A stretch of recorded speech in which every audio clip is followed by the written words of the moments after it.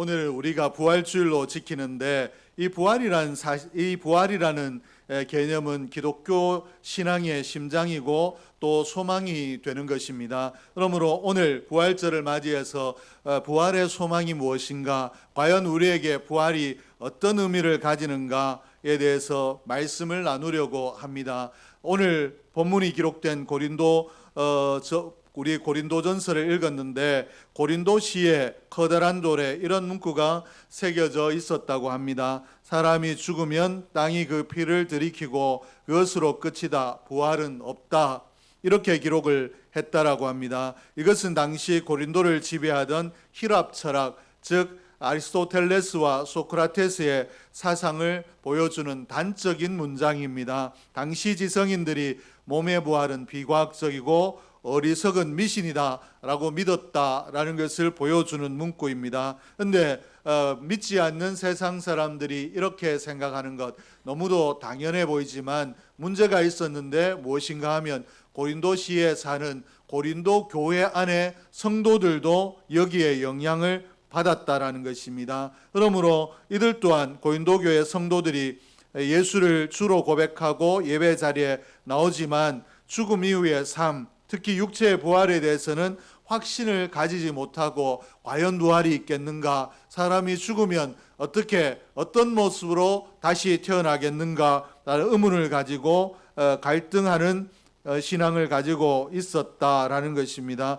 본문 35절 말씀에 보면 고린도 교회 성도들의 솔직한 고백이 있는데, 누가 묻기를 죽은 자들이 어떻게 다시 살아나며 어떠한 몸으로 오느냐 하리니, 죽은 자들이 도대체 어떻게 살아나느냐, 그리고 살아난다면 어떤 몸으로 살아나겠느냐라고 이들이 의문을 가지고 있었다라는 것입니다. 교회에 와서 예수를 주로 고백하면서도 주님의 가르침인 이 부활에 대해서 확신하지 못하고 마치 안개 속을 거니는 것 같은 그런 신앙생활을 하고 있었다라는 것입니다. 그런데 오늘 이 질문이 약 2000년 전에 고린도 사람들이 가지고 있었던 질문만이 아니라는 것을 우리가 알고 있습니다. 우리도 종종 이러한 의문을 가질 때가 있고, 특별히 오늘을 살아가는 신앙인들 중에 여기에 대한 확신이 없는 자들이 있습니다.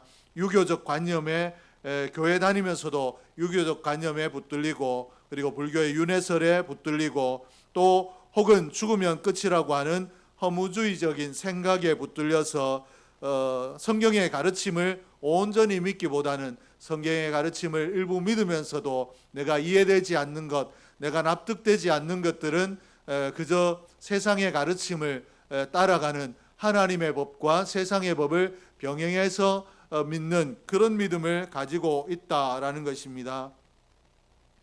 과연 사람이 죽었다가 다시 살 수 있는가, 또 살아난다면 어떤 모습일까, 이런 의심의 안개가 오늘 우리에게서 완전히 그쳐지고 거두어지며 오늘 우리의 믿음이 든든한 견고한 부활신앙으로 세워지는 역사가 오늘 예배를 통해서 있기를 주의 이름으로 축복합니다.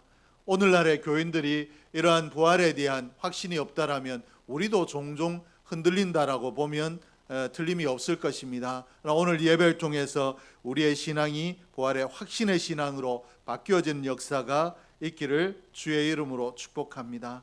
그럼 먼저 죽은 자의 부활이 가능한가 36절에서 38절 말씀 가지고 생각을 하려고 합니다. 사도 바울은 부활을 이해하지 못하는 자들을 향해서 뭐라고 이야기했는가 하면 어리석은 자들이라고 불렀습니다.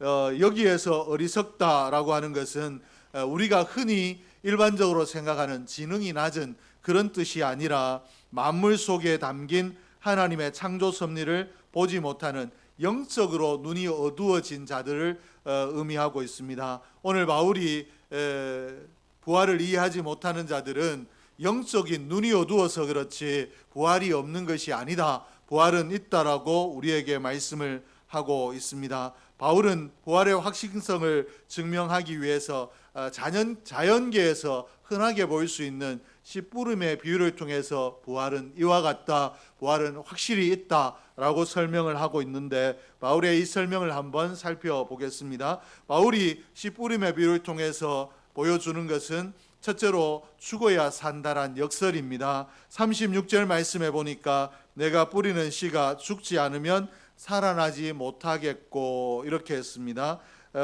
씨앗을 땅에 뿌릴 때 그 씨앗이 죽지 아니하면 살아날 수 없다, 열매를 맺을 수 없다. 이거는 사람들이 누구나 씨를 뿌려본 사람은 알 수 있는 굉장히 평범한 진리인데 이것을 가지고 부활을 설명하고 있는 것입니다. 씨앗이 싹을 틔우고 식물이 되기 위해서는 씨앗이 먼저 땅 속에서 죽어야 가능하다라는 것으로 부활을 설명을 하고 있습니다. 생물학적으로 말하면 씨알의 껍질이 터지고 그 안에 있던 영양분이 분해되어서 완전히 없어져 버리는 것 같은 이런 과정을 거쳐야 이 씨앗이 싹을 틔우고 그리고 줄기를 내고 그리고 장차는 열매를 맺는다라는 것입니다.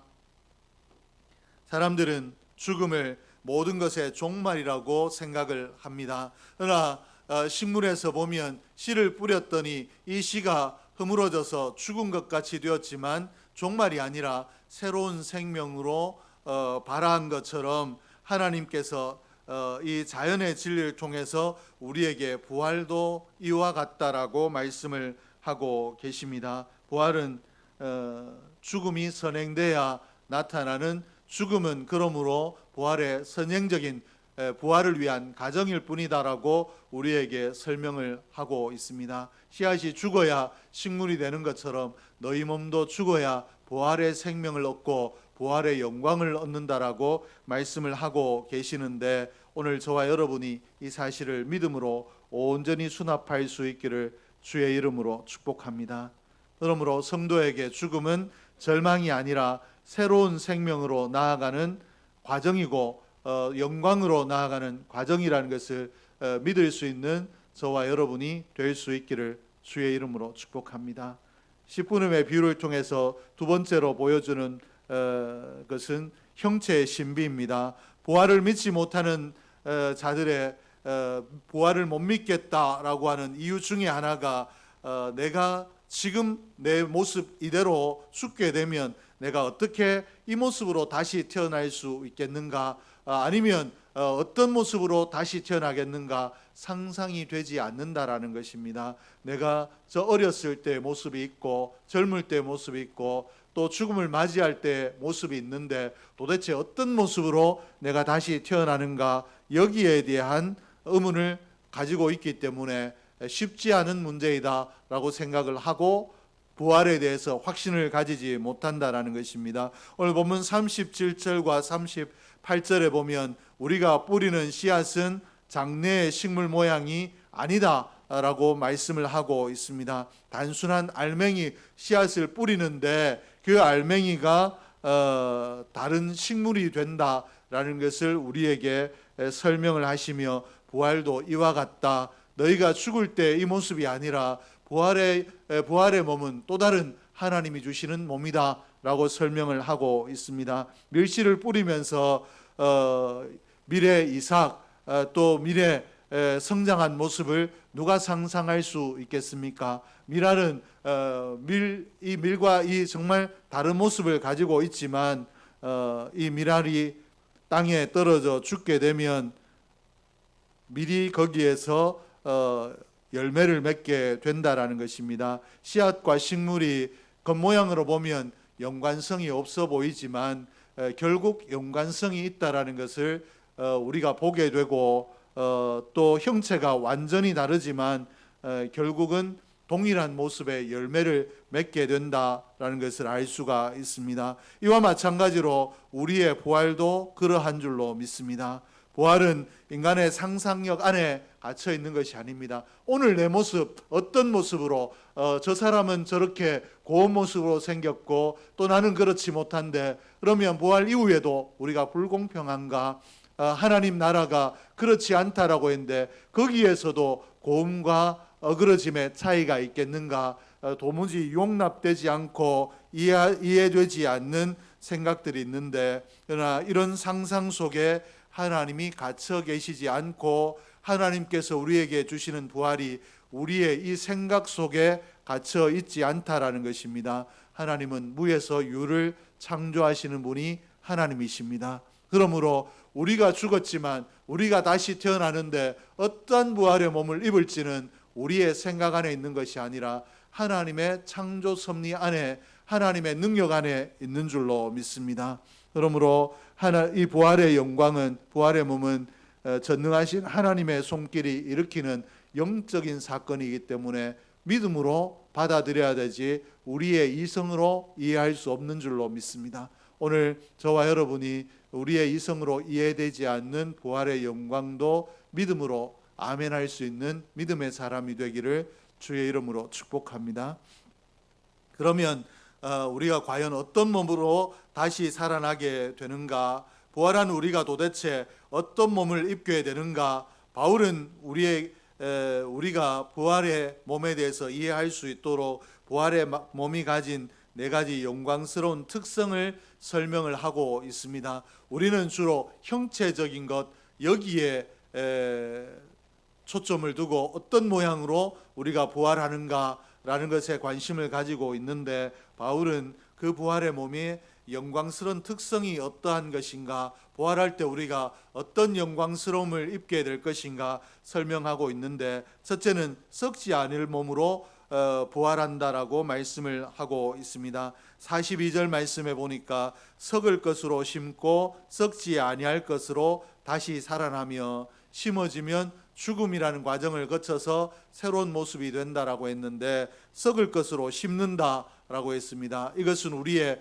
죽음을 이야기하죠. 우리가 죽고 나면 우리가 썩을 몸으로 죽었는데 썩지 아니할 몸으로 다시 살아난다, 부활한다라고 설명을 하고 있습니다. 오늘 우리가 가지고 있는 육체는 썩을 육체이지만 육체이기 때문에 시간이 흐르면 늙고 병들고 결국 흙으로 돌아가게 되는 이런 모습이지만, 부활은 그렇지 않다라고 바울을 통해서 하나님께서 말씀을 하고 계십니다. 부활의 몸은 늙지도 병들지도 썩지도 아니하는 영원함을 가지고 있는 줄로 믿습니다. 그러므로 내가 죽음에 이를 때 지독한 질병 가운데서 죽었을지라도 그 질병에 붙들린 연약함으로 그리고 그 나약함으로 고통스러운 몸으로 부활하는 것이 아니라 새로운 모습으로 부활을 한다고 성경이 우리에게 가르치고 있습니다.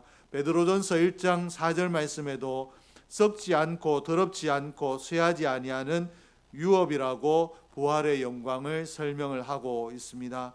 쇠하지 않는다라는 것은 결코 소멸하거나 가치가 떨어지지 않는다라는 의미 있는데, 부활의 몸은 시간의 지배를 받지 않고 영원함을 가진 강인함이기 때문에 우리 이 땅의 몸으로 부활의 몸을 설명할 수 없고 우리가 이해할 수 없다고 가르치고 있는데, 이 부활의 몸이 썩지 아니하는 영원한 강인함을 가지고 있다, 썩지 않는 몸이라는 것을 기억할 수 있기를 소원합니다. 그리고 두 번째는 영광스러운 몸입니다. 43절 상반절에 보니까 욕된 것으로 심고 영광스러운 것으로 다시 살아나며 이렇게 했습니다. 우리가 오늘 입고 있는 현재의 몸은 죄의 흔적을 담고 있습니다. 오늘 내가 죄 가운데 있지 않다 할지라도 과거에 지은 죄들의 흔적을 내가 가지고 있다라는 것입니다. 이 땅에서 몸은 그렇기 때문에 때로 수치스럽고 또 죄의 유혹에 취약한 욕된 몸이라고 이렇게 성경이 표현을 하고 있는데, 부활의 몸은 하나님의 영광으로 옷 입은 몸이다. 하나님의 영광이 옷 입혀진 몸이기 때문에 이 욕된 몸을 벗어버리고 영광의 몸으로 우리가 다시 태어난다라고 이렇게 말씀을 하고 계십니다. 그러므로 죄의 본성, 죄를 이기지 못하는 연약함들이 완전히 사라지고 거룩하고 빛나는 상태로 우리가 다시 태어난다라고 가르치고 있는데, 이 사실을 믿으시기를 주의 이름으로 축복합니다. 셋째는 강한 몸입니다. 43절 하반절에 보니까 약한 것으로 심고 강한 것으로 다시 살아나며 했는데, 우리 인생은 참 약한 존재입니다. 굉장히 큰 일을 할 것 같고 영원토록 강건하게 살 것 같지만 눈에 보이지도 않는 작은 바이러스 하나에 쓰러지는 것이 우리 사람입니다. 그렇기 때문에 우리 인생을 아무리 강해 보이고 대단해 보여도 약하다라고 설명을 합니다. 뿐만 아니라 마음의 상처가 있으면 별것 아닌 상처인 것 같은데 그것 때문에 그 인생 전체가 무너져 버리는 것을 우리가 보게 됩니다. 그러므로 오늘 우리 인생을 약하다라고 이야기하고 있는데 이 약한 몸이 죽고 나면 강한 것으로 다시 살아난다, 강한 몸을 얻는다라고 설명을 하고 있습니다. 이 설명대로 부활의 몸은 강한 몸인 줄로 믿습니다. 어떤 질병이나 어떤 장애나 어떤 결핍도 없는 하나님의 영원한 생명력이 넘치는 상태의 몸으로 우리가 다시 태어나는 줄로 믿습니다. 넷째는 신령한 몸입니다. 44절 말씀에 보니까 육의 몸으로 심고 신령한 몸으로 다시 살아나나니 이렇게 했습니다. 우리가 가지고 있는 현재의 몸은 영적인 가치를 담기에 죄되고 연약함을 가지고 있습니다. 우리 안에서 영과 육이 늘 전쟁하는 이유가 여기에 있습니다. 성령이 우리 안에 오셨지만 우리의 육이 영적인 것을 담기에 약함을 가지고 있기 때문에 이 약한 육과 성령이 충돌을 함으로 우리가 늘 갈등하게 되고 신앙에 때로는 고민과 또 신앙의 퇴보를 경험하게 되는 것입니다. 그러나 부활의 몸은 신령한 몸, 즉 성령의 지배를 온전히 받는 거룩한 몸, 신령한 몸이라고 성경이 소개를 하고 있습니다. 하나님의 영광이 온전히 담길 수 있는 죄와 구별된 몸이, 거룩한 몸이 우리의 부활의 몸이라는 것입니다.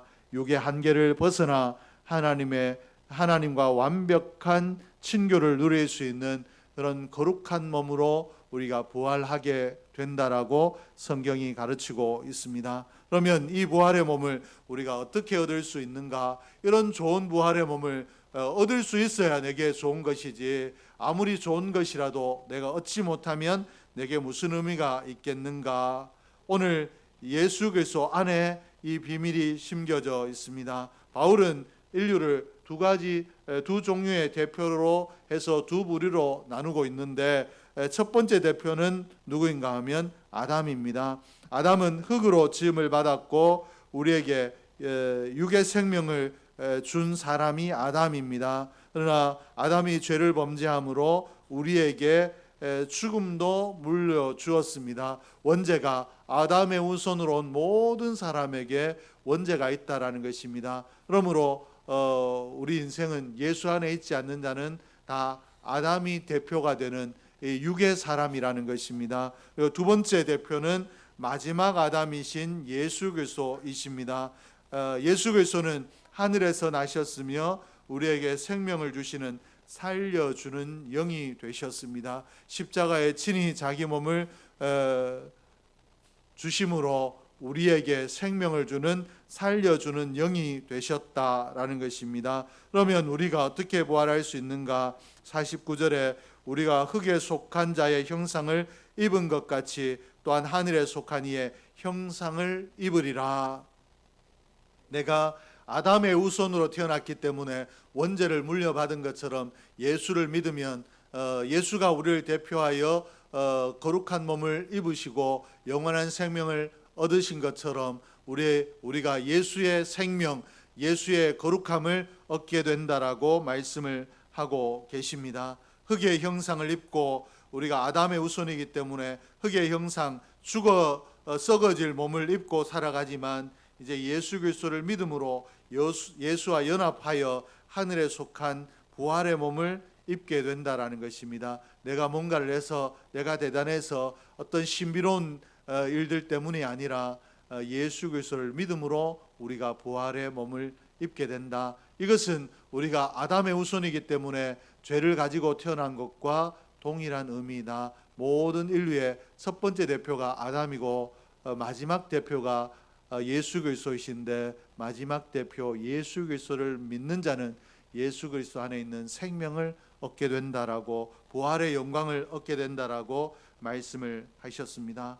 요한복음 11장 25절 말씀에 보면 주님께서 나는 부활이요 생명이니 나를 믿는 자는 죽어도 살겠고 무릇 살아서 나를 믿는 자는 영원히 죽지 아니하리니 이렇게 말씀하셨습니다. 주님은 부활이요 생명이다. 나를 믿는 자는 죽어도 살고 살아서 믿는 자는 영원히 죽지 아니하고 부활의 영광을 경험한다라고 말씀을 하셨습니다. 예수 안에 예수가 우리 대표가 되시면 내가 예수를 믿음으로 예수를 나의 대표로 세우게 되면 예수 안에 있는 부활, 예수 안에 있는 생명을 우리가 얻게 되는 줄로 믿습니다. 오늘 예수님께서 우리에게 이 말씀 끝에 이것을 네가 믿느냐라고 주님이 부활이요 생명이라는 것을 믿느냐라고 물으셨는데 이 물음에 아멘하는 자는 이 생명 안에 이 부활 안에 있는 줄로 믿습니다. 오늘 그러므로 예수 그리스도를 나의 구주로 영접하고 예수 안에 거하는 자는 이미 예수와 함께 죽고 예수와 함께 부활의 권세를 얻었다라는 사실을 믿으시기를 주의 이름으로 축복합니다. 그러므로 이 땅을 살아갈 때 내가 때로는 흔들리고 때로는 의심하고 때로는 시험에 들고 이렇게 살아가는 것이 아니라 부활이 정말 주님이 다시 사신 것처럼 나도 이 연약함, 이 죄된 몸을 가지고 실수하고 넘어지고 쓰러지지만 나도 주님처럼 영광스럽게 부활하겠구나 라는 이 소망을 단단히 붙들고 죄된 세상, 험악한 세상을 살아가지만 이 부활의 소망으로 오늘을 이겨내는 저와 여러분 될 수 있기를 주의 이름으로 축복합니다. 기도하겠습니다.